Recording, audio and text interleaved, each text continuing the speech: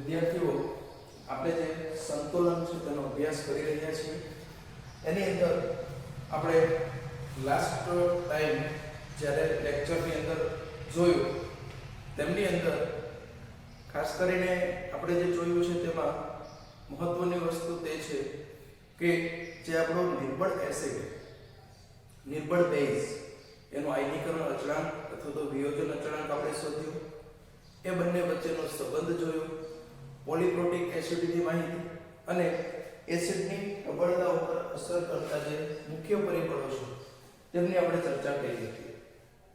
ત્યારબાદ આજે આપણે ખૂબ જ અગત્યની છે એટલે કે તે જે સમાન આયન અસર જે છે તે સમાન આયન અસર શું છે તે આપણે સમજવાનો પ્રયત્ન કરવાનો છે। અહીંયા આપણે ખાસ કરીને જે એસિડ અને બેઝની જે સાંદ્રતા જે છે અથવા તો એમનું જે વિયોજન પામવાનો જે દર છે એસિડ અને બેઝની જે સાંદ્રતા છે અથવા તો એસિડ અને બેઝ આપણા જે છે તેમનો જે વિયોજન પામવાનો દર છે એને આધારે આપણે અહીંયા સમાન આયન અસર એટલે કે એમનું જે પ્રમાણ છે તે આપણે નક્કી કરવાનું છે। તો ખાસ કરીને અહીંયા જો આપણે જોવા જઈએ તો કોમન આયન ઇફેક્ટ જેને કહીએ છીએ। હવે અહીંયા હું એસિડિક એસિડ લઉં છું તો એસિડિક એસિડ એટલે તમને ખબર છે કે નિર્બળ વિદ્યુત વિભાજ્ય છે એનું જલીય દ્રાવણમાં અંશતઃ આયનીકરણ થાય છે કે એમાંથી આપણને એક તો એસિડેટ આયન બને અને બીજું છે તે H+ એટલે કે આપણને એમાંથી જે છે તે એસિડેટ આયન મળે અને બીજું છે તે હાઇડ્રોજન આયન મળશે। હવે આ જે એસિડેટ આયન જે છે તે આપણે આગળ ભણ્યા કે એસિડિક એસિડ એ નિર્બળ છે એટલે એમનો આયનીકરણ અંશ છે તે ખૂબ જ ઓછો હશે લેસ ધેન 5%। એટલે બીજી રીતે કહેવું હોય તો એમનું જે આયનીકરણ છે તે આયનીકરણ છે તે ખૂબ જ ઓછી માત્રામાં થાય તેવું છે તે આપણે કહી શકીએ છીએ બરોબર। એમનું જે આયનીકરણ છે તે આયનીકરણ ખૂબ જ ઓછી માત્રામાં થાય છે તેવું છે તે આપણે કહી શકીએ છીએ।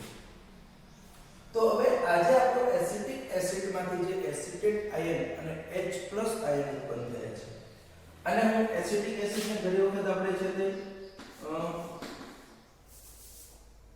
HAC વડે પણ દર્શાવીએ છીએ। HC એટલે શું છે? એસિડેટ આયન। HC એટલે શું આપણો છે તો કે એસિડેટ આયન એટલે અને આવી રીતનું પણ આપણે દર્શાવી શકીએ આ AC- H+। હવે જો આની અંદર બરાબર સમજો અહીંયા આપણે વિયોજન પામ્યાનો અને વિયોજન પામ્યા વગરનો આ બાજુ છે તે અવિયોજિત એસિડ છે આ બાજુ છે તે વિયોજિત એસિડ છે। હવે ધારો કે આ મિશ્રણમાં જો આપણે બહારથી સોડિયમ એસિટેટ નાખીએ બહારથી હું શું નાખું છું એમાં તો કે સોડિયમ એસિટેટ તો સોડિયમ એસિટેટ હું બહારથી નાખીશ તો એમાં જે એસિડેટ આયન જે છે સોડિયમ એસિટેટ છે તે ક્ષાર છે આ સોડિયમ એસિટેટ છે તે ક્ષાર છે અને કોઈ પણ ક્ષાર હોય તે કોઈ પણ ક્ષાર છે તેનું શું છે સંપૂર્ણ આયનીકરણ થતું હોય છે એટલે કે આપણે સિમ્પલ કહેવું હોય તો મોટા ભાગના જે ક્ષાર છે આપણા તે પ્રબળ વિદ્યુત વિભાજ્ય તરીકે વર્તે છે મોટા ભાગના આપણા જે ક્ષાર છે તે પ્રબળ વિદ્યુત વિભાજ્ય તરીકે છે તે વર્તે છે અને એટલા માટે અહીંયા આપણે જો એસિડેટ આયન જે છે તે એસિડેટ આયનની અંદર આપણે એમાં સોડિયમ એસિડેટ ઉમેરીએ તો તમે જોઈ શકો કે ઓલરેડી આપણું જે સંતુલન સ્થપાયેલું હતું એમાં આપણો એક એસિડેટ આયન બીજો H+ આયન હાજર છે। જ્યાં ઓલરેડી આપણું સંતુલન અહીંયા સ્થપાયેલું હતું ત્યાં આપણો એક એસિડેટ આયન અને બીજો H+ આયન જે છે તે એસિડેટ અને H+ આયન જે છે તે અહીંયા ઓલરેડી હાજર છે।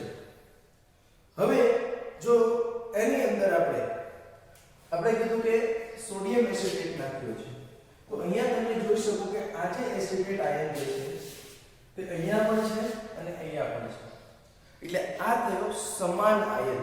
અહીંયા આખી જે વાત આપણે શું કરવાની હતી તો કે સમાન આયન અસર, એટલે તમે બહારથી જે ઓલરેડી સંતુલનમાં કોઈ જે હાજર આયન હતો તે આયન તમે એક્સટર્નલી એટલે બાહ્ય રીતે જે છે તે બાહ્ય રીતે એમની અંદર તમે ઉમેરો છો અને એ બાહ્ય રીતે એમાં આ આયન ઉમેરવાથી હવે સંતુલન ઉપર શું અસર થશે તેને આપણે કીધું કે અસર. તો તમે જાણો છો કે લોસ એટલિયરના સિદ્ધાંત મુજબ સંતુલનમાં રહેલી પ્રણાલીમાં જેનું પ્રમાણ વધુ હશે, સંતુલનમાં રહેલી પ્રણાલીમાં જેનું પ્રમાણ વધારે હોય અથવા તો જેની સાંદ્રતા વધારે હશે તે ઘટે તે દિશામાં આપણું સંતુલન છે તે શિફ્ટ થાય છે. બરાબર, તે ઘટે તે દિશામાં આપણું સંતુલન છે તે શિફ્ટ થાય છે. તો આ મુજબ એસિટેટ આયનની સાંદ્રતા વધે એટલે એને લીધે શું થશે, અહીંયા આપણું જે સંતુલન છે તે કઈ બાજુ, તો કે એ ડાબી બાજુ જે છે તે પુનઃ પ્રસ્થાપિત થશે. એટલે કે આપેલ દ્રાવણમાં શું થશે તો કે એસિટેટ આયન જે છે તે અવિયોજિત એસિડની અંદર રૂપાંતરિત થશે અને એને લીધે શું થશે, ચાલો એસિટેટ આયન તો તમે બહારથી ઓલરેડી ઉમેરેલો છે પણ H+ તો આપણો દ્રાવણમાં જ હતો એટલે H+ ની સાંદ્રતા છે તે શું થાય તો કે ઘટશે. બરાબર છે, H+ ની સાંદ્રતા છે તે શું થશે તો કે ઘટે છે. તો આ પ્રકારની જે અસર છે તેને આપણે કહીએ છીએ સમાન આયન અસર, જે ખૂબ જ એટલે ખૂબ જ અગત્યની છે. બરાબર છે, એવી જ રીતનું જો બહારથી તમે જેમ અહીંયા મેં એસિટેટ આયન ઉમેર્યો એમ જો બહારથી તમે H+ આયન ઉમેરશો તો H+ આયન ઉમેરો તો પણ આવું જ થશે. એ H+ આયન છે તે સમાન થશે અને તે આયન સમાન થાય એટલા માટે શું કરશે તો કે આપણું લોસ એટલિયરના સિદ્ધાંત મુજબ આપણું જે સંતુલન છે તે ફરી પાછું રિવર્સ થશે, પ્રતિગામી દિશામાં જશે. એટલે કે અવિયોજિત એસિડ છે તે અવિયોજિત એસિડની માત્રાની અંદર શું થાય છે તો કે અવિયોજિત એસિડની માત્રામાં વધારો થાય છે. બરાબર, એની માત્રાની અંદર છે તે શું થાય તો કે વધારો થાય છે. તો આ રીતનું આપણે એનું સંતુલન છે તે જોયું. ત્યાર પછી એમાં જો આપણે આગળ જવું હોય તો બીજું એક ઉદાહરણ આપો. ધારો કે હું NH4OH જે છે આપણો સોડિયમ હાઇડ્રોક્સાઇડ, તો NH4OH પર આપણો લિમ્બડ બેઝ છે એના આયનીકરણથી એક તો NH4+ આયન મળે, બીજું છે તે OH- આયન મળે છે. હવે જ્યારે આની અંદર સંતુલન સ્થપાયેલું છે આમાં ધારો કે હું NH4Cl ઉમેરું છું, આ ઓલરેડી સંતુલન સ્થપાઈ ગયું છે, એની અંદર હું ઉપરથી છે તે NH4Cl જે આપણો ક્ષાર છે તે NH4Cl ક્ષાર જે છે તે ઉમેરું છું. તો આ NH4Cl નું આયનીકરણ થઈને શું ઉત્પન્ન થાય તો કે NH4+ અને Cl- એટલે શું ઉત્પન્ન થશે તો કે NH4+ અને Cl-.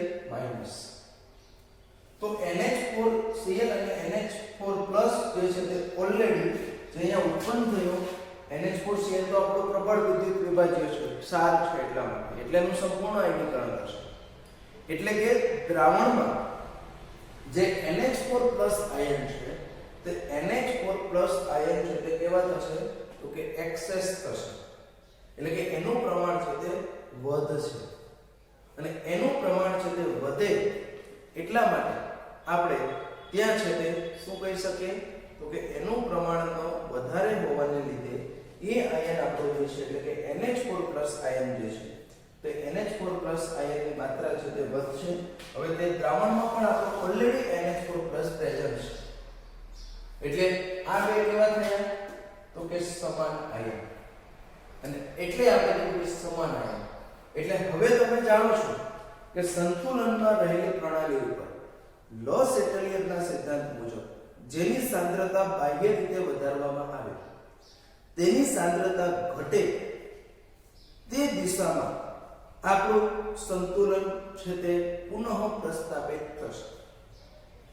તો તે મુજબ જો આપણે જોવા જઈએ તો આ આપણું જે સંતુલન છે તે કેવી રીતે રિવર્સ ડિરેક્શનની અંદર આજે આપણું સંતુલન છે તે રિવર્સ ડિરેક્શનની અંદર છે તે કેવું થશે તો કે આની જે અવિયોજિત બેઝ છે તે અવિયોજિત બેઝનું પ્રમાણ છે તે શું થશે તો કે વધે છે.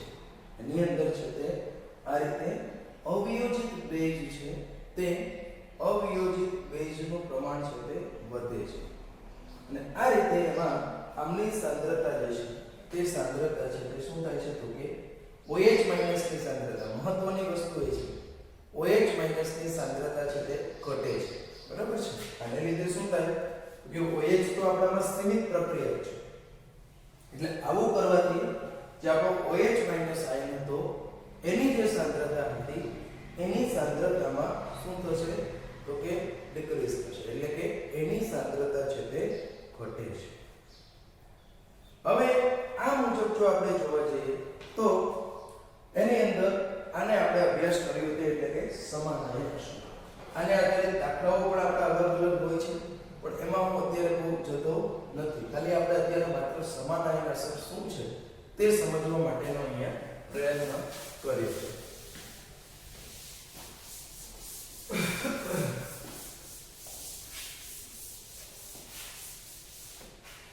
ત્યારબાદ આપણે એની અંદર જે આગળ અભ્યાસ કરવાનો છે તેનો આની અંદર આપણે ખાસ કરીને ક્ષારનું જળ વિભાજન અને તેના દ્રાવણની pH.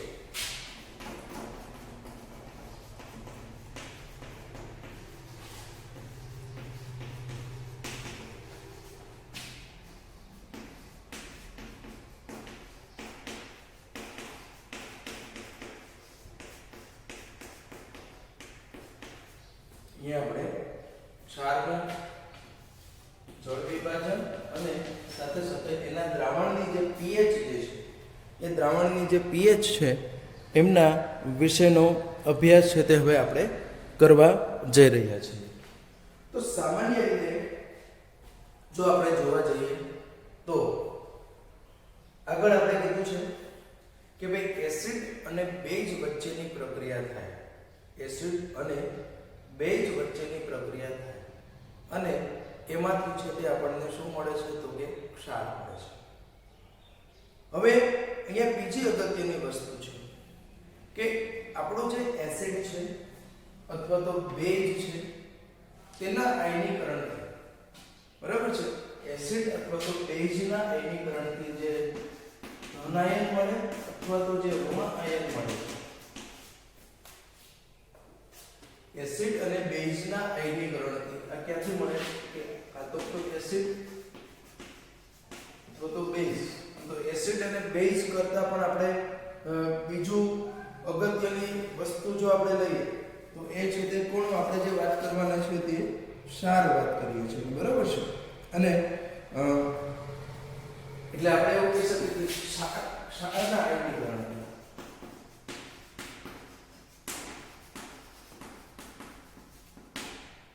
આ ક્ષારનું આપણે જો આયનીકરણ થાય તો એમાંથી આપણને ધન આયન અથવા તો ઋણ આયન સુધી મળે છે.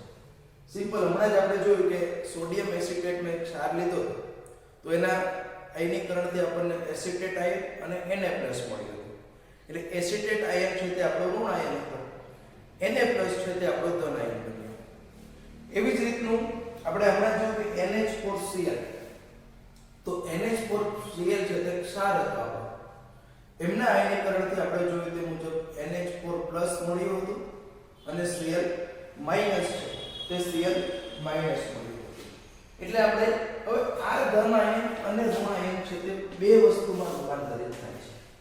આયનીકરણ આપણે પાણીમાં કરીએ છીએ તો કાં તો આ જે જળયુક્ત બને છે, આ જે ધન આયન અને ઋણ આયન બને છે તે કાં તો તે જળયુક્ત બને છે, કાં તો તે કેવા બને છે તો કે જળયુક્ત બને છે. અથવા તો આપણે જો જોવા જઈએ તો એની અંદર જે છે આ ધન આયન અને ઋણ આયન છે તે કેવા બને છે તો કે જળયુક્ત બને છે. અને આ જળયુક્ત ધન આયન અને ઋણ આયન જે બને છે એની પ્રક્રિયા અથવા તો બીજો એનો શું છે તો કે જે પાણી સાથે તે પારસ્પરિક ક્રિયા કરે છે.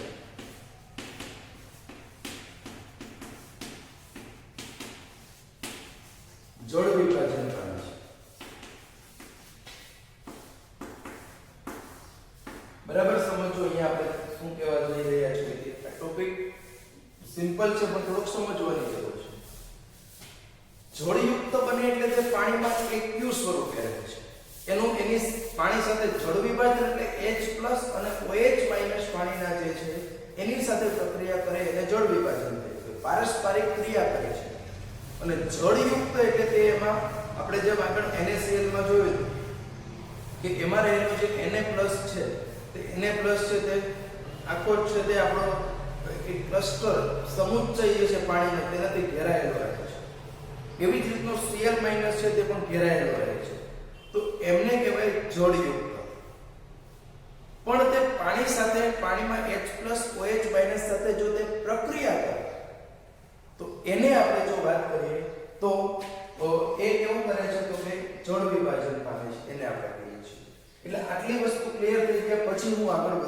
વાત આપણે ક્ષારના પ્રકારો જોવાના છે તો કે આપણે પહેલા જ કીધું ક્ષારના આયનીકરણથી ધન આયન અને ઋણ આયન જે બને છે તે ધન આયન અને ઋણ આયન છે તે કાં તો જળયુક્ત હોય અથવા તો તે કેવો હોય છે તો કે અથવા તો તે પાણી સાથે પારસ્પરિક ક્રિયાથી શું થાય છે તો કે એ છે તે જળ વિભાજન પામે છે બરાબર છે પાણી સાથેની પારસ્પરિક ક્રિયાથી તે શું કરે છે તો કે જળ વિભાજન પામે છે તો આ રીતનું આપણે બે પ્રોસેસ છે હવે આ જળયુક્ત કરશે તો શું થાય ને જળ વિભાજન પામે તો શું થાય તે સમજવાનો હવે અહીંયા આપણે છે તે પ્રયત્ન કરવાનો છે તો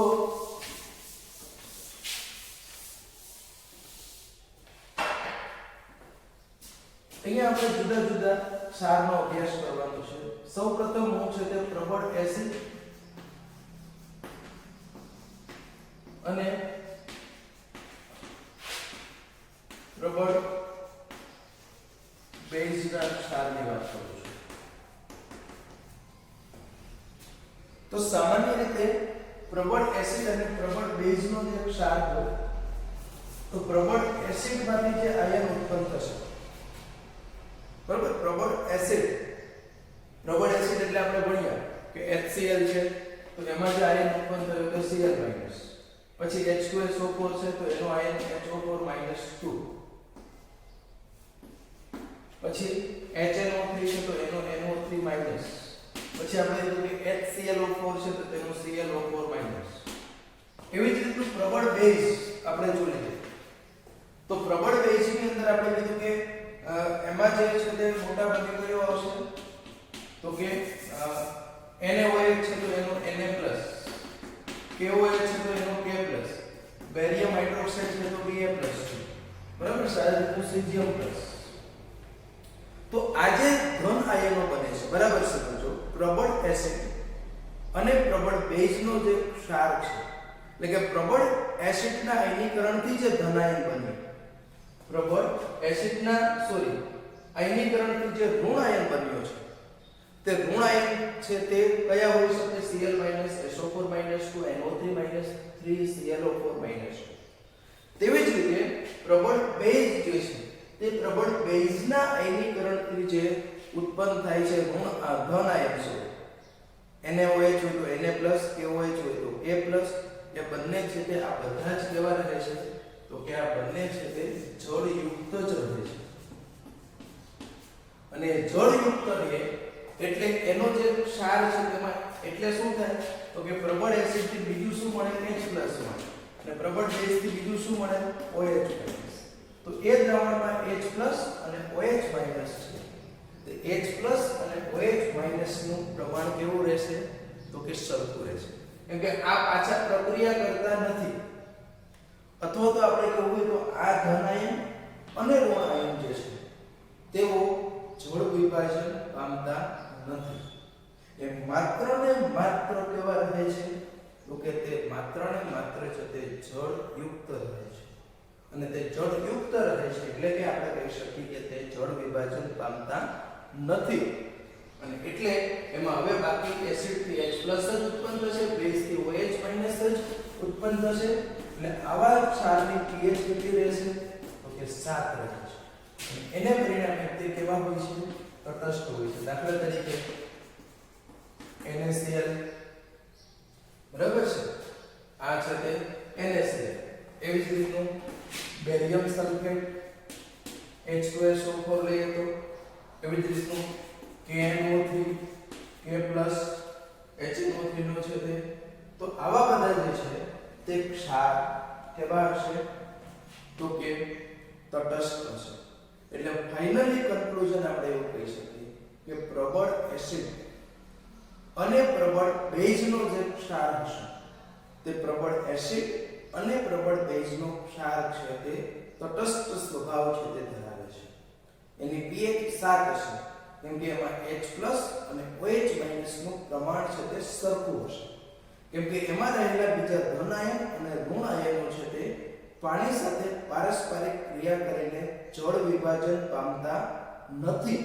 પરંતુ તે કેવા બને છે માત્ર જળ યુક્ત બને છે આ પહેલી વસ્તુ વાત કરી હવે સેકન્ડ ઉપર આપણે જઈએ છીએ નિર્બળ એસિડ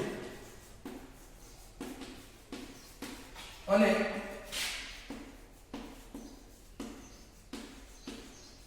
પ્રબળ બેઝના ક્ષારની વાત કરવાની છે આપણે હવે જે હું વાત કરી રહ્યો છું તે કયા ક્ષાર તો કે નિર્બળ એસિડ અને પ્રબળ બેઝનો ક્ષાર તો નિર્બળ એસિડ અને પ્રબળ બેઝનો ક્ષાર દાખલા તરીકે સોડિયમ એસિટેટ લઈશ CH3COONA તો એના આયનીકરણથી આપણને એક તો શું મળશે તો કે એસિટેટ આયન બને છે બીજો છે તે Na+ આયન બને છે હવે પ્રબળ બેઝના તો આપણે કીધું કે જે પ્રબળ હોય બરાબર સમજો જે પણ પ્રબળ હોય તેનો ક્ષાર તેનો જે આયન બને તે કેવો બને માત્ર એક Q એટલે જળ યુક્ત જ બને છે આગળ પહેલા જ આપણે કહી દીધું છે અહીંયા જ લખી દીધું કે પ્રબળ એસિડ અથવા તો પ્રબળ બેઝ નો જે આપણને શું મળે આયન મળે છે પછી તે ધન આયન હોય કે ઋણ આયન તે આયન માત્ર ને માત્ર કેવા સ્વરૂપે રહે છે તો કે તે આયન છે તે માત્ર ને માત્ર છે તે આ નિર્બળ એસિડ એસિટિક એસિડ અને પ્રબળ બેઝ એટલે NaOH નો ક્ષાર છે બરાબર એટલે અહીંયા હું લખી શકું તમને ના ખબર પડે તો બાકી તો ખ્યાલ આવે એવું છે આ નિર્બળ એસિડ આ પ્રબળ બેઝ એના વચ્ચેની પ્રક્રિયાથી આપણને આ સોડિયમ એસિટેટ મળે અને પાણી મળે એટલે આ આપણો તે ક્ષાર છે નિર્બળ એસિડ અને પ્રબળ બેઝનો ક્ષાર હવે આપણે કીધું કે આ જે ધન આયન બને છે જે પ્રબળ બેઝના આયનીકરણથી ઉત્પન્ન થયો તે તો કેવો બને છે માત્ર તો કે જળ યુક્ત બને છે પણ આ જે આપણો અહીંયા એસિટેટ આયન છે તે એસિટેટ આયન છે તે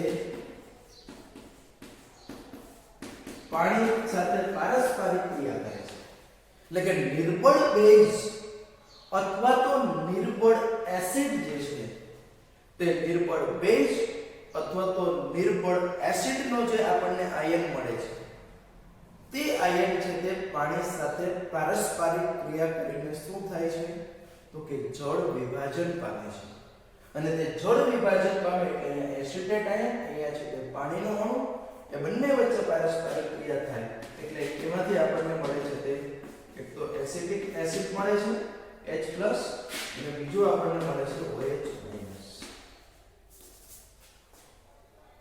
હવે તમે જાણો છો હવે દ્રાવણમાં બાકી શું થયું દ્રાવણમાં તો કે એક તો આ એસિડિક એસિડ રહ્યું બીજું Na+ બીજું OH-. હવે એસિડિક એસિડ તો આપણો કેવો છે તો કે નિર્બળ છે નિર્બળ એસિડ છે એટલે એમનું ખાસ આયનીકરણ થશે નહીં પણ દ્રાવણમાં વધુ પ્રમાણ કોનું હશે તો કે આ જે છે તે OH- આપણા જે છે તે OH- છે તેનું પ્રમાણ વધારે હશે એટલે આવા ક્ષારની અંદર જે છે તે OH- વધારે છે અહીંયા H+ સરખા પ્રમાણમાં બદલે છે OH- નું પ્રમાણ વધારે એટલે એની pH કેટલી બનશે તો કે 7 કરતા વધારે છે અને એટલા માટે તે કેવો સ્વભાવ ધરાવે છે તો કે આવા ક્ષારો છે તે બેઝિક સ્વભાવ ધરાવે છે બરાબર છે આવા જે ક્ષારો છે તે આપણો કેવો સ્વભાવ ધરાવે છે તો કે બેઝિક સ્વભાવ ધરાવે છે કેમ કે ઓલરેડી દ્રાવણની અંદર છે તે OH- છે હાજર છે તે OH- ની સાંદ્રતા છે તે વધારે છે ત્યાર પછી થર્ડ પોઈન્ટ આપણે લેવા જઈ રહ્યા છીએ તેમાં અહીંયા નિર્બળ એસિડને બદલે હું પ્રબળ એસિડ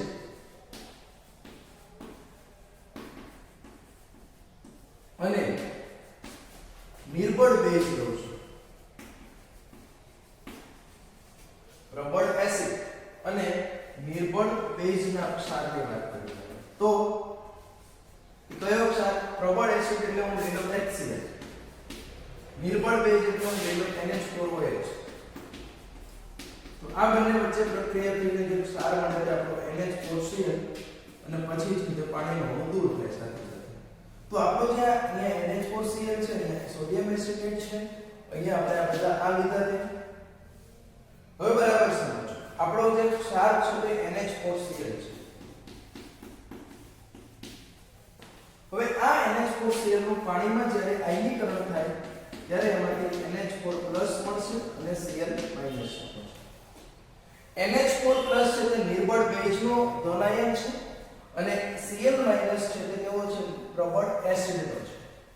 હવે આપણે ભણીએ કે પ્રબળ એસિડનો જે ઋણાયન બનશે અથવા પ્રબળ બેઝનો જે ધનાયન બને છે તે માત્ર ને માત્ર કેવો રહે છે? તો કે જળયુક્ત રહે છે. એટલે આ તો આપણો છે તે જળયુક્ત બનેલો છે. પણ જે બાકી રહેલો જે NH4+ છે કે જે નિર્બળ બેઝનો ધનાયન છે, તે નિર્બળ બેઝનો ધનાયન જે છે NH4+ તે પાણી સાથે પ્રક્રિયા કરે છે અને એમાંથી છે તે OH- કે છે એટલે NH4OH એ છે તે અને બાકી શું રહી જશે? તો કે H+. બરાબર, NH4OH અને H+ રહી જશે. તો અહીંયા હવે જોવા જઈએ તો NH4OH છે તે તો આપણો નિર્બળ બેઝ છે.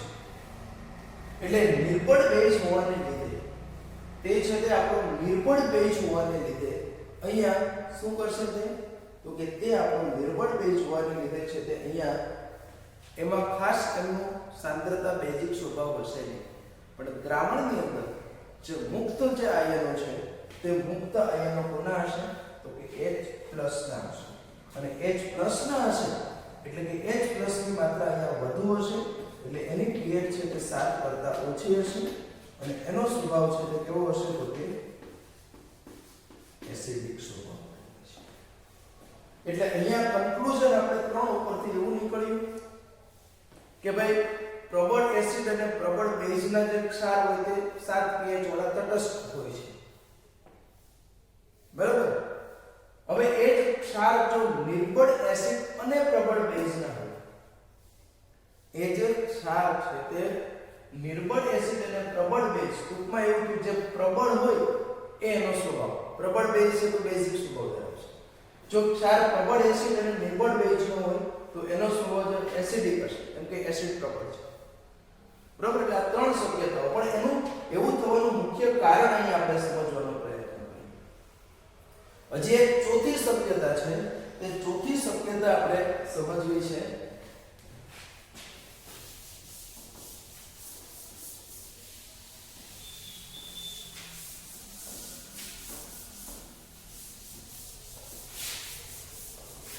તેની અંદર આપણે હવે બંને છે તે નિર્બળ રહેવું. જે ફોર્થ પોસિબિલિટી છે, તો ફોર્થ પોસિબિલિટીની અંદર છે તે આપણે શું લેવું છે? તો કે અહીંયા બંને નિર્બળ છે, એટલે કે નિર્બળ એસિડ અને નિર્બળ બેઝ નો ક્ષાર. તો નિર્બળ એસિડ અને નિર્બળ બેઝ નો ક્ષાર, આપણે નિર્બળ એસિડ એટલે હું લઈ લઉં એસિડિક એસિડ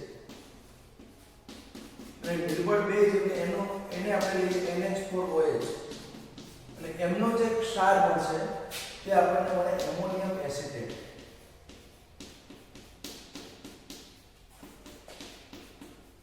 તો આજે આપણને મળ્યો આ જે ક્ષાર છે તે ક્ષાર આપણો કોનો છે?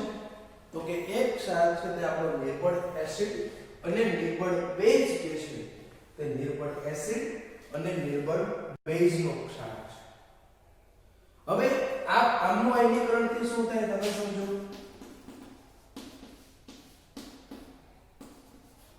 કોઈ પણ ક્ષાર હોય એટલે એનું તો સંપૂર્ણ આયનીકરણ છે તે થશે એટલે એ મુજબ એમાંથી આપણને એસિટેટ આયન અને NH4+ આયન મળશે. હવે અહીંયા બંને આયનો છે તે જળયુક્ત થશે નહીં કેમ કે બંને નિર્બળના છે. જળયુક્ત માત્ર કોણ બને તો કે જે પ્રબળ એસિડ અથવા તો પ્રબળ બેઝના જે ધન આયન અથવા તો ઋણ આયન બને તે. પણ અહીંયા રહેલા બંને આયનો છે તે નિર્બળ એસિડ અથવા તો બેઝના હોવાથી બંને છે તે પાણી સાથે પારસ્પરિક ક્રિયા કરે છે અને પાણી સાથેની પારસ્પરિક ક્રિયાથી તે કેવા બને છે તો કે એસિડિક તે જળ વિભાજન પામે છે અને એટલે અહીંયા જે એસિટેટ આયન છે તે પાણી સાથે પ્રક્રિયા કરે એટલે એમાંથી આપણને એક તો એસિટિક એસિડ મળશે, બીજું છે તે OH- બનશે. એ જ રીતનું NH4+ છે તે પણ પાણી સાથે પ્રક્રિયા કરે અને એમાંથી છે તે આપણને NH4OH મળશે અને સાથે સાથે H+ મળશે. તો આની જે નેટ પ્રક્રિયામાં શું થયું કે 2H2O gives H+ OH. એટલે આનું પ્રમાણ તો સરખું છે પણ હવે આપણો જે આ ક્ષાર એસિડિક હશે કે બેઝિક હશે એમનો આધાર આના pKa અથવા તો આના pKb ઉપર આધારિત છે.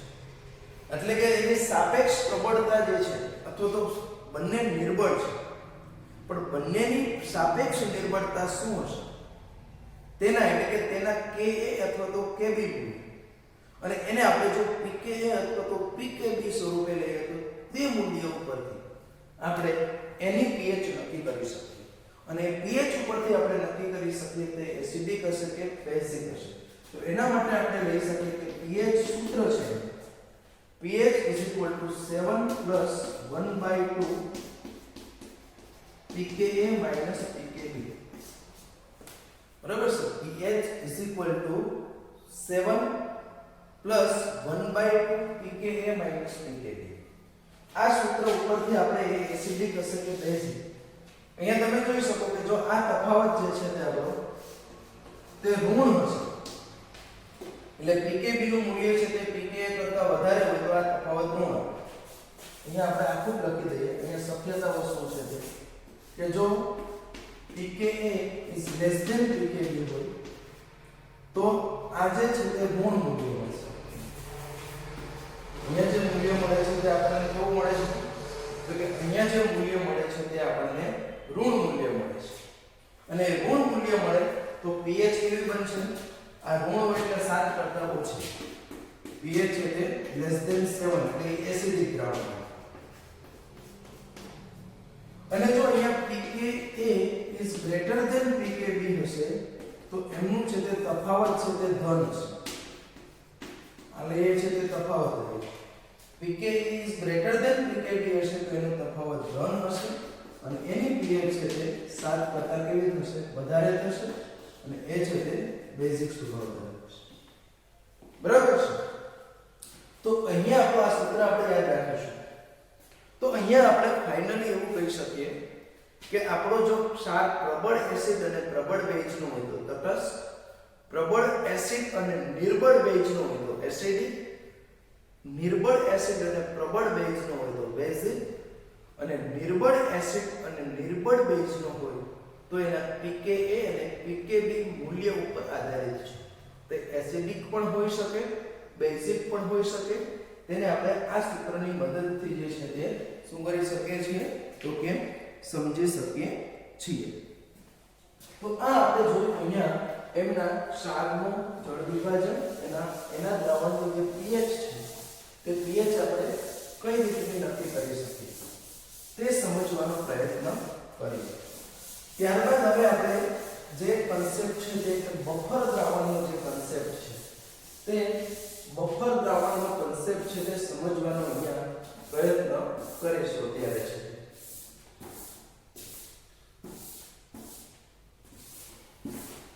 તો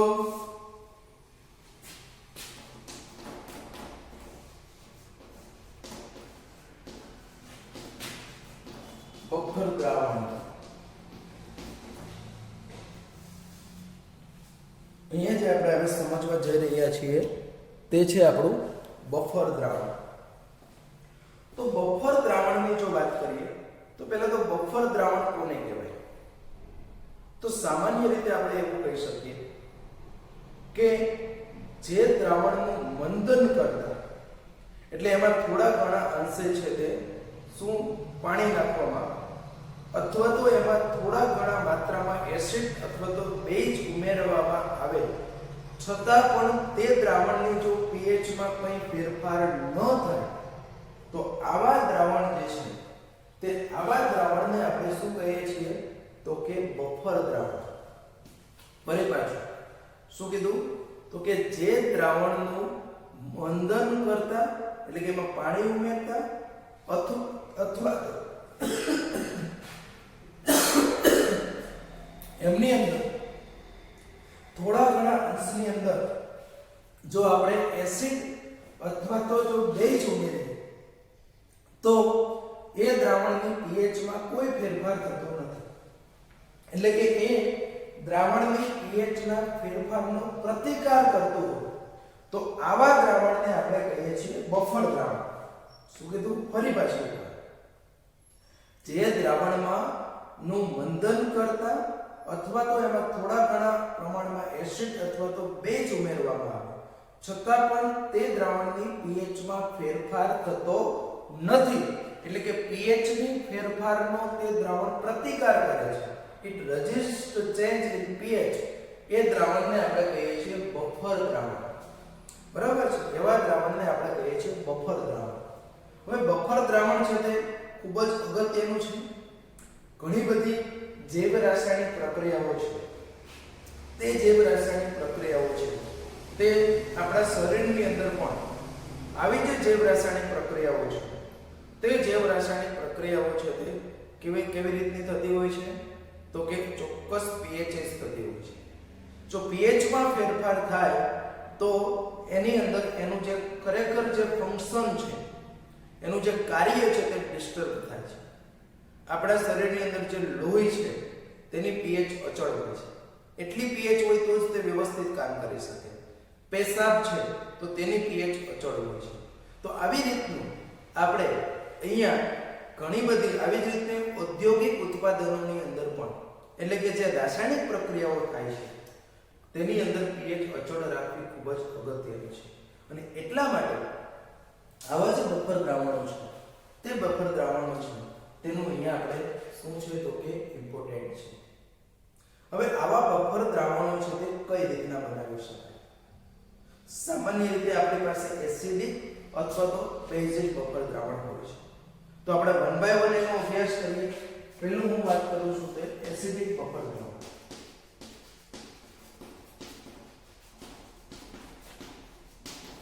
તો સામાન્ય રીતે એસિડિક બફર દ્રાવણ કઈ રીતનું બનાવી શકાય?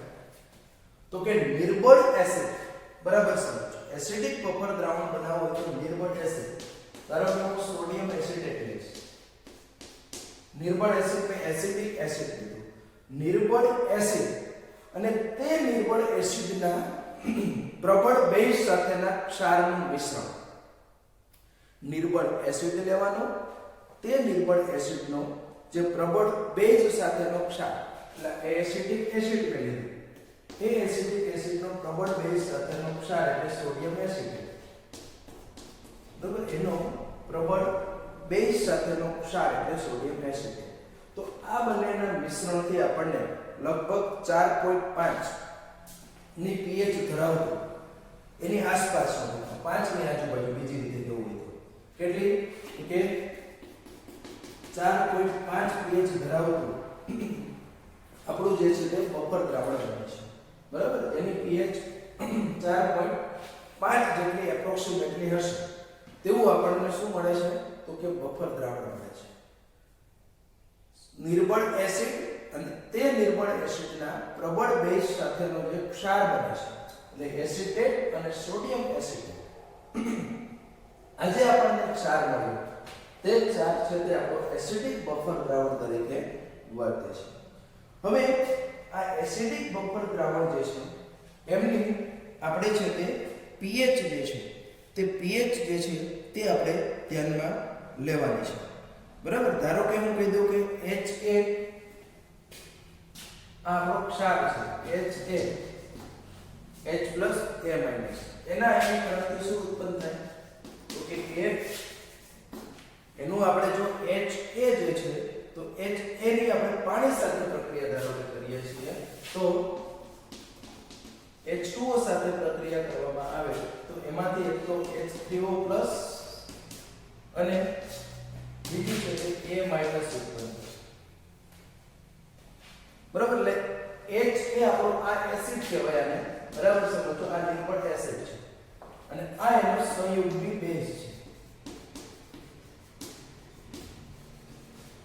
સિમ્પલ અને આપણે 4 એપ્રોક્સ હજી વધારે જો જોતી હોય તો 4.75 જેવી pH છે તે આ એસિડિક બફર દ્રાવણની હોય છે તો આ છે તે આપણો નિર્મળ એસિડ થયો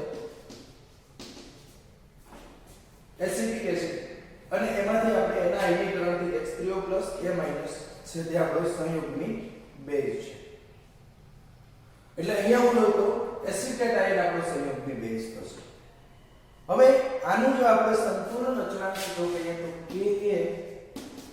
Ka બરાબર શું થશે Ka H3O ની સાંદ્રતા into A ની સાંદ્રતા divided by HA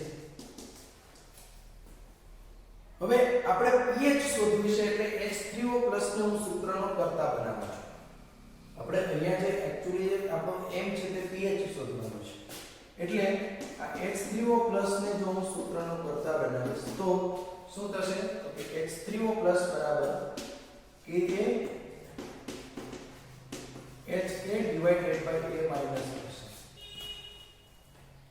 હવે હું આના માટે નેગેટિવ લોગેરિધમ એપ્લાય કરું છું minus log of H3O is equal to minus log of K અહીંયા છે તેનો શું થાય હંમેશા મલ્ટીપ્લિકેશન નો સરવાળો થશે બરાબર છે જે મલ્ટીપ્લાય કરીએ એનો સરવાળો થશે એટલે આ બે હું સેપરેટ લખું છું માઈનસ log of K અહીંયા સરવાળો આનો અહીંયા આપણે લખવું છે minus log of HA divided by A minus હવે માઈનસ log of H3O એટલે તો તમે જાણો છો કે pH minus log of K એટલે કે pKa થશે હવે અહીંયા હું માઈનસ નું મારે પ્લસ કરવું છે તો પ્લસ કરવું હોય તો અહીંયા ઉલટું થાય log ના નિયમ મુજબ આને હું માઈનસ વડે ગુણીશ તો A માઈનસ ઉપર આવશે અને HA છે તે ક્યાં આવશે તો નીચે આવશે તો pKa માઈનસ માઈનસ પ્લસ કરીને log લઈ લો તો એ log કઈ રીતનો લીધો તો કે A માઈનસ ના છેદમાં HA બરાબર છે તો આ આપણું છે તે આ જે એસિડિક બફર દ્રાવણ હતું તે એસિડિક બફર દ્રાવણનું આ આપણું શું થયું સૂત્ર થયું pH pKa log of A divided by H હવે આને થોડું હું સિમ્પ્લિફાઈ કરું તો pH બરાબર શું થયું તો કે pKa log of A એ શું છે તો કે A એ બીજું કંઈ નથી પણ સંયુગ્મી એસિડ સંયુગ્મી બેઝ આપણું છે આ શું છે A એ શું છે તો કે સંયુગ્મી બેઝ ની સાંદ્રતા ના છેદમાં કોની તો કે એસિડ જે આપણો લિક્વિડ એસિડ છે તો હું ખાલી HA એટલે આપણો એસિડ છે આ એસિડની સાંદ્રતા પણ અહીંયા તમે સારી રીતે જાણો છો કે ભાઈ સંયુગ્મી બેઝ એટલે અહીંયા આપણે એસિટેટ આયન હવે એસિડ તો આપણો નિર્બળ છે એટલે એના આયનીકરણથી જે એસિટેટ આયન ઉત્પન્ન થાય છે તે એસિટેટ આયનનું પ્રમાણ ખૂબ જ વેરી લેસ છે એટલે ખરેખર એસિટેટ આયનની સાંદ્રતા આપણે કોને આધારે લેવી પડે તો કે આ સોડિયમ એસિટેટ છે તે ક્ષાર છે અને કોઈ પણ ક્ષાર છે તે પ્રબળ વિદ્યુત વિભાજ્ય છે અને આવા પ્રબળ વિદ્યુત વિભાજનનું સંપૂર્ણ આયનીકરણ હંમેશા થાય છે બરાબર આવા પ્રબળ વિદ્યુત વિભાજનનું હંમેશા સંપૂર્ણ આયનીકરણ થાય છે અને એનું સંપૂર્ણ આયનીકરણ થવાને લીધે ખરેખર જે સંયુગ્મી બેઝની સાંદ્રતા ઇઝ ઇક્વલ ટુ કોની હોય તો કે આપણો જે ક્ષાર છે તેની સાંદ્રતા છે. એટલે હવે આપણો બનશે pH બરાબર pKa પ્લસ log ઓફ અહીંયા આપણે કહીશું કે ક્ષારની સાંદ્રતા ના છેદમાં એસિડ જે આપણો છે નિર્બળ એસિડ છે તેની સાંદ્રતા. તો આ રીતનું આપણે બફર દ્રાવણ માટેનું છે તે સૂત્ર છે તે એસિડિક બફર દ્રાવણનું જે સૂત્ર મેળવ્યું આ સૂત્રને આપણે કહીશું જે સૂત્ર મેળવ્યું તેને આપણે કહીશું હેન્ડરસન હેસલબેક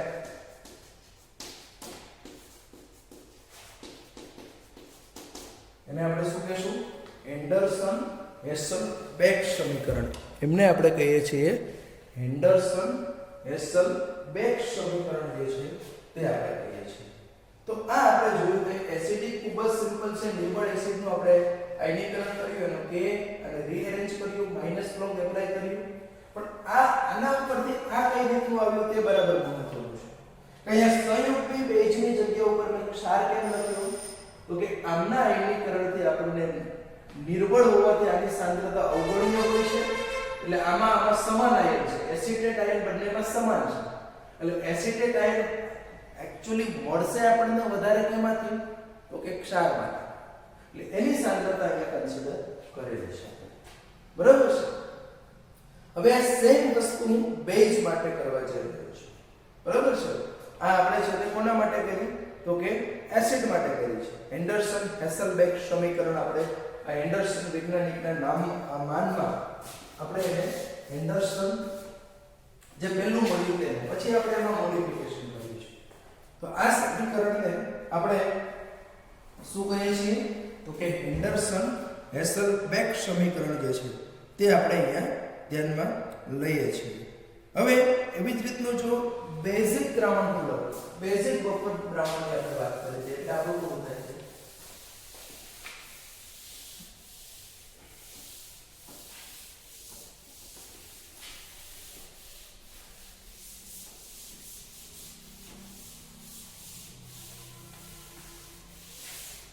આપણે લેવું છે કે બેઝિક બફર દ્રાવણ તો જે બેઝિક બફર દ્રાવણ છે તે બેઝિક બફર દ્રાવણ કઈ રીતનું તો કે નિર્બળ બેઝ પહેલાની જેમ જ અને નિર્બળ બેઝના પ્રબળ એસિડ સાથેનો ક્ષાર એટલે NH4Cl. એસિડિક બફર દ્રાવણ કઈ રીતનું બને તો આપણે કીધું કે નિર્બળ એસિડ અને નિર્બળ એસિડનો પ્રબળ બેઝ સાથેનો ક્ષાર. હવે અહીંયા આપણે જોયું તે મુજબ બેઝિક બફર દ્રાવણ કઈ રીતનું બને તો કે નિર્બળ બેઝ અને નિર્બળ બેઝના પ્રબળ એસિડના ક્ષાર આ બંનેના મિશ્રણથી જે છે આ બંનેના મિશ્રણથી છે તે આપણને બેઝિક બફર દ્રાવણ મળે. અને આની pH છે તે લગભગ 9.25 નિયર અબાઉટ છે તે આપણને જોવા મળે છે. બરાબર છે. આની pH છે તે આપણને 9.5 અથવા તો 25 જેવી પહેલામાં 4.75 જેવી હતી અહીંયા છે તે 9.25 નિયર અબાઉટ છે તેટલી pH આપણને આ બંનેના મિશ્રણથી મળે છે. તો બેઝિક બફર દ્રાવણ કીધો કે B છે તેની પાણી સાથે પ્રક્રિયા કરીએ આપણે તો આ B છે તે પ્રોટોન એક્સેપ્ટ કરશે એટલે BH+ બને પ્લસ OH- ઉત્પન્ન થાય છે આની અંદર છે. બરાબર. આ તો તમે સારી રીતે જાણો છો. આ B આ છે કે આપણો નિર્બળ બેઝ છે અને આ એનો છે તે સંયુગ્મી એસિડ થશે. તો જેવી રીતનું આપણે એસિડ માટે ડિરાઈવ કર્યું હતું સમીકરણ એસિડિક બફર દ્રાવણ માટે એવું સિમિલરલી જે છે તે આપણે બેઝિક બફર દ્રાવણ માટે પણ ડિરાઈવ કરી શકીએ. તો અહીંયા pH હતું તેને બદલે આવશે OH, pKa હતું તે આવશે pKb plus log of A minus હતું તે આપણો આવશે BH પ્લસ અને છેદમાં જે H એ હતું તે આપણો બેઝ B આવું આવશે. પણ આપણે આની મદદથી pOH શોધી શકીએ અને pOH ઉપરથી pH મળી શકે આ પણ એક છે એની રીત છે તે શોધવા માટેની છે. બીજી રીત આપણે અહીંયા શોધવી છે કે ભાઈ તમે જાણો છો કે ભાઈ pH plus pOH is equal to pkw is equal to 14 આવું પણ આપણે જાણીએ છીએ. એવી જ રીતનું આપણે બીજું પણ જોયું કે pka પ્લસ pkb બરાબર pkw. તો આ સમીકરણમાં આપણે POH નું મૂલ્ય અહીંથી મૂકીએ અને અહીંયા છે તે pkb નું મૂલ્ય આ સમીકરણમાં મૂકવું છે. તો શું થશે? તો કે POH બરાબર શું થશે? તો કે pkw minus pH is equal to pkb બરાબર શું થશે? તો કે pkw minus pka pkw minus pka plus આ તો એમ જ રહેવાનું છે log of bh પ્લસ ના છેદમાં b.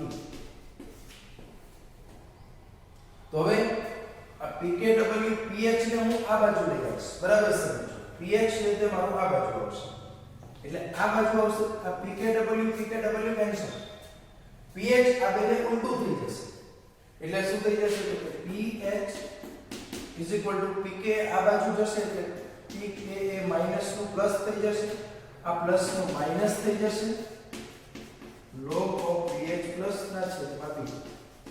બરાબર, log of bh પ્લસ છે તેના છેદમાં છે તે શું થઈ જશે? તો કે એના છેદમાં છે તે b જોવા આપણને મળે છે. બરાબર છે, આ રીતનું છે તે આપણને જોવા મળશે. હવે આનું આપણે જે છે તે શીર્ષાસન જો આપણે કરવું હોય તો હવે pH બરાબર pk minus log of bh plus by b. તો આવું શું થશે? एक्चुअली pH બરાબર શું થશે? તો કે pK minus log of bh plus એટલે કે સંયુગ્મી બેઝ અને b એટલે કે આપણો બેઝ આવું થશે. અથવા તો અહીંયા તમે આની જગ્યા ઉપર ક્ષાર પણ તમે લઈ શકો છો, પણ મેઈન વસ્તુ અહીંયા છે કે એસિડિક બફર દ્રાવણ માટે અહીંયા પ્લસ હતું, જ્યારે બેઝિક બફર દ્રાવણ માટે અહીંયા શું છે? તો કે માઈનસ છે. બરાબર છે, આ ખાસ છે તે આપણે અહીંયા આટલી વસ્તુને યાદ રાખવાની છે. બરાબર, આટલી વસ્તુ આપણે ખાસ યાદ રાખીશું. જો POH સ્વરૂપમાં લે તો બરાબર પ્લસ જ રહેશે, પણ pH સ્વરૂપમાં લે તો અહીંયા માઈનસ આવશે. એટલે એસિડિક બફર દ્રાવણ માટે શું હતું? તો કે pH pKa log of ક્ષારના છેદમાં એસિડ. અહીંયા શું થશે? બેઝિક બફર દ્રાવણ માટે POH બરાબર pKb log of ક્ષારના છેદમાં બેઝ, પણ pH બરાબર pKa માઈનસ log of અહીંયા માઈનસ શું આવશે? ક્ષારના છેદમાં બેઝ, અથવા તો આપણે કહીએ કે સંયુગ્મી બેઝની સાંદ્રતાના છેદમાં જે તે આપણો બેઝ છે તેની સાંદ્રતા છે તે આપણે લીધી છે. તો આ રીતનું અહીંયા પણ આપણે યોગ્ય રીતે બફર દ્રાવણ ખૂબ જ અગત્યનો કન્સેપ્ટ છે. સમીકરણો દાખલા માટે ખૂબ જ ઉપયોગી છે, એટલે આપણે એને ડિરાઈવ કરીને વ્યવસ્થિત રીતે સમજવાનો પ્રયત્ન કર્યો. ખૂબ જ સરળ છે આ જે સ્ટેપ છે તે ડિરાઈવ કરવાનું, એટલે એમાં પણ આપણે કોઈ ઉપાધિ કરવા જેવું નથી. તો અહીંયા આપણે બફર દ્રાવણો છે તે કઈ રીતનું થાય તે આપણે જોયું. હવે આપણે એક જ ટોપિક બાકી છે, ઉપદ્રાવ્ય ક્ષારની દ્રાવ્યતા, એના ઉપર સમાન આયન અસર. એ હવે આપણે એક લેક્ચરની અંદર છે તે પૂરું કરીશું.